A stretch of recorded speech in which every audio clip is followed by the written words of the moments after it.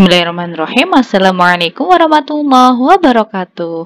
Halo teman-teman grade 3. Hari ini kita kembali lagi belajar math dengan Miss Vina. Sebelum kita memulai pembelajaran hari ini, kita berdoa dulu ya teman-teman. Berdoa mulai. Bismillahirrahmanirrahim. Rabbi zidni ilma warzuqni fahma. Amin. Nah, teman-teman, hari ini kita akan belajar tentang perpendicular lines and parallel lines. Yang pertama, kita akan belajar tentang perpendicular lines atau garis yang tegak lurus. Nah, yang pertama, identifying perpendicular lines. Nah, di sini ada beberapa benda. We can find rectangles in this object. Recall how a rectangle is formed by two straight lines. Di sini ada beberapa benda seperti ruler, set square, and paper. Di sini mempunyai beberapa sudut, yaitu kita bisa menyebutnya dengan rectangles atau sudut siku-siku. And when two straight lines meet or clash at right angles, they are perpendicular to each other.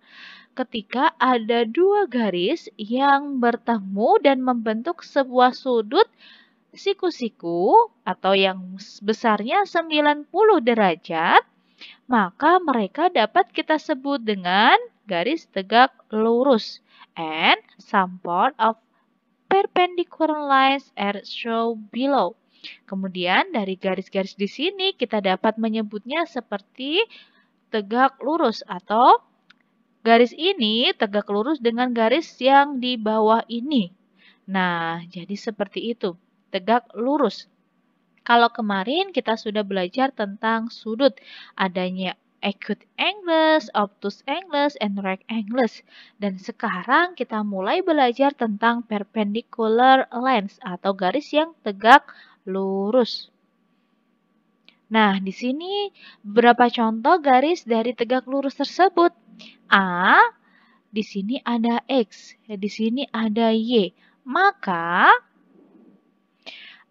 AB meets XY at right angles. Nah, AB dan XY di sini adalah sebuah sudut siku-siku. And EB is perpendicular to X dan Y. Dan AB garis sini, garis AB tersebut adalah sebuah garis yang tegak lurus dengan garis X dan Y. Nah, maka kita dapat menulisnya dengan AB tegak lurus dengan XY. Kalau tegak lurus, maka seperti ini teman-teman ya. Nah, ini adalah simbolnya. And di sini ada sebuah garis juga. Dia miring tetapi tetap membentuk sebuah sudut, yaitu sudut siku-siku. Sehingga PQ crosses M dan N at right angles. Maka PQ adalah tegak lurus dengan MN. Jadi ke atas dan ke samping adalah sebuah garis yang tegak lurus. Sehingga kita dapat menulisnya PQ tegak lurus dengan M dan N. Nah, jadi seperti ini teman-teman. Jika ada sebuah garis yang membentuk sudut 90 derajat atau kita dapat menyebutnya dengan rectangles, maka garis tersebut bisa dikatakan dengan perpendicular lines atau sebuah garis yang tegak lurus. Dan juga IF, di sini ada sebuah garis yang saling terhubung dan membentuk sebuah sudut siku-siku atau rectangles, maka IF meets N dan FG adalah sebuah sudut siku-siku. Maka EF dia perpendikular atau tegak lurus dengan garis IF. Maka garis IF ini tegak lurus dengan garis F dan G. Dan kita dapat menulisnya EF tegak lurus dengan FG. Jika tegak lurus, maka seperti ini ya rumusnya atau simbolnya. And we can use a set square or the paper right angle to check for perpendicular lines. Kita dapat menggunakan sebuah paper atau sebuah kertas yang berbentuk square atau yang ada kotak-kotaknya. Biasa disebut dengan buku streamin. Nah, untuk mengecek apakah beberapa garis ini tadi disebut dengan garis yang tegak lurus dan sehingga dia membentuk sudut siku-siku dan besarnya 90 derajat. Dan selanjutnya, some parts of perpendicular lines are shown below on square grid. Nah, di sini ada beberapa garis yang digambar di atas garis yang kotak-kotak atau kertas yang kotak-kotak kecil. Yang pertama ada sebuah garis, ternyata AB adalah tegak lurus dengan JK. Maka AB tegak lurus dengan J dan K. AB tegak lurus dengan BC. AB tegak lurus dengan BC. Jika dia lurus dan membentuk sudut siku-siku, maka dia bisa dikatakan dengan perpendicular. Dan juga WX adalah tegak lurus dengan Y dan Z. Oke, teman-teman sudah paham ya, apa sih itu perpendicular lines? Yaitu sebuah garis yang terbentuk dari dua garis yang bertemu dan membentuk sebuah sudut siku-siku. Kemudian seperti ini bisa atau seperti ini. Dan maka dari itu dia akan membentuk AB akan tegak lurus dengan B dan C. Maka kita dapat mengambil garis bawahnya dulu atau yang atas. Sehingga bisa kita rubah BC tegak lurus dengan AB. Nah, itu juga bisa. Dan selanjutnya, di sini juga ada teman-teman. Take turns to use your paper right angles to check if these lines are perpendicular. And mark the right angles and name the parts of perpendicular lines. Di sini ada beberapa garis. Kita dapat melihat nih, mana yang dia bisa disebut dengan garis yang tegak lurus. Kita dapat melihat dengan buku kotak-kotak seperti ini. Nah, yang pertama, DC ini dia miring dan ternyata tidak tegak lurus. DA juga tidak. Nah, AB dan DC dia membentuk garis L atau bisa disebut dengan rectangles dan ternyata bisa tegak lurus. Maka garis BC adalah tegak lurus dengan A dan B, yaitu BC tegak lurus dengan A dan B. Nah, kemudian gambar kedua. Gambar kedua miring, tetapi yang di sini lurus sehingga dia tidak tegak lurus. And this not a perpendicular. Jadi tidak. Maka kita ke gambar yang ketiga. Nah, di sini ada garis yang membentuk 90 derajat, yaitu nih, maka EG tegak lurus dengan GH. EG tegak lurus dengan GH atau EF tegak lurus dengan GH juga bisa. Nah, jadi BC tegak lurus dengan AB. EG tegak lurus dengan GH.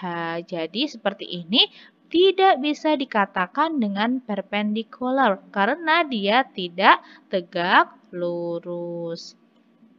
Dan sekarang kita lihat teman-teman soal berikut ini. Identify and name the perpendicular lines and what angles are formed when the perpendicular lines meet. Nah, jika ada sebuah garis yang seperti ini, maka yang tegak lurus di mana teman-teman? Nah, tegak lurus pada garis AB dan DE. maka tegak lurus tersebut bisa dikatakan dengan rectangles. Dan kemudian yang B, di sini juga bisa kita lihat nih, ada garis P dan T, PT dan juga TS. Dan di sini membentuk sebuah garis yang perpendikular, tegak lurus. Maka PT tegak lurus dengan T dan S dan membentuk sebuah sudut yaitu rectangles. Nah, selanjutnya pada nomor 2, name the pair of perpendicular lines. Maka AD di sini adalah tegak lurus dengan D dan C. Kemudian DE tegak lurus dengan E dan F. DE tegak lurus dengan E dan F. E dan F tegak lurus dengan F dan G. Dan yang atas tadi bisa disebut dengan rectangles. Kemudian juga rectangles. Nah, jadi seperti ini teman-teman. Nanti teman-teman bisa isi pada buku teman-teman masing-masing ya. Nah, kemudian kita belajar bagaimana cara untuk menggambarkan sebuah garis yang tegak lurus. And then step 1, draw a straight line with a pencil and ruler. Kita buat garis lurus ke samping dengan menggunakan sebuah penggaris. Kemudian and step 2, place a set square along the straight line. Draw a line that is vertical to the straight line. Kita membuat garis vertikal atau garis ke atas di tengah-tengah garis yang pertama. Dan kita gunakan garis seperti ini. Sehingga jika menggunakan penggaris segitiga, maka yang di bawah juga bisa lurus. Nah, sehingga kita tarik garis ke atas. Dan terbentuklah menjadi make the rectangles. Terbentuk menjadi dua garis atau dua sudut siku-siku yang bisa dikatakan dengan garis yang tegak lurus.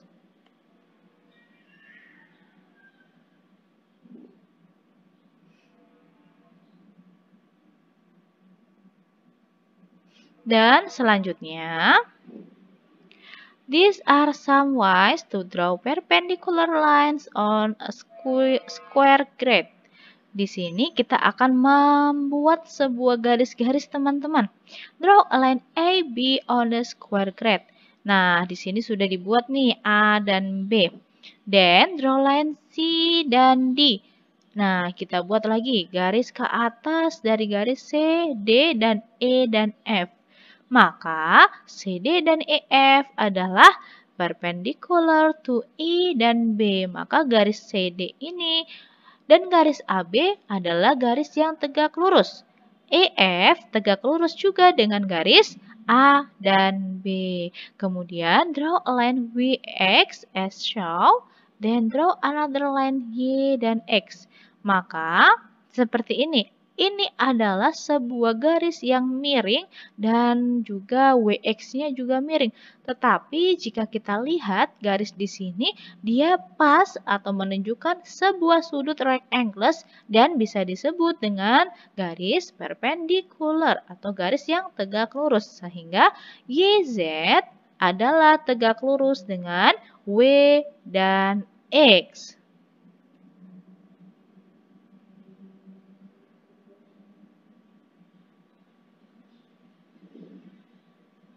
Oke, jadi seperti itu teman-teman.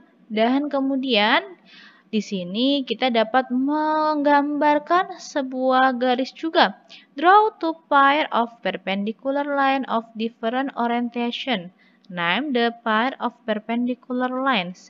Nah, ini juga bisa kita sebut dengan sebuah garis yang perpendicular atau tegak lurus. Kita bisa menambahkan di sini A, B, A, di sini A, B, C. Atau A dan B adalah tegak lurus dengan C dan D. Nah, jika seperti itu juga bisa. Jadi seperti itu teman-teman dari beberapa garis yang kita katakan dengan perpendicular lines atau garis yang tegak lurus. Teman-teman, untuk hari ini materi sudah selesai dan untuk evaluasi penugasannya, teman-teman mengerjakan workbook pada halaman 99, 100, dan 101. Jika ada yang belum dipahamin, teman-teman bisa bertanya kepada Miss Vina. Kita akhiri dengan membaca hamdalah bersama-sama. Alhamdulillahirrabbilalamin. Wassalamualaikum warahmatullahi wabarakatuh. See you.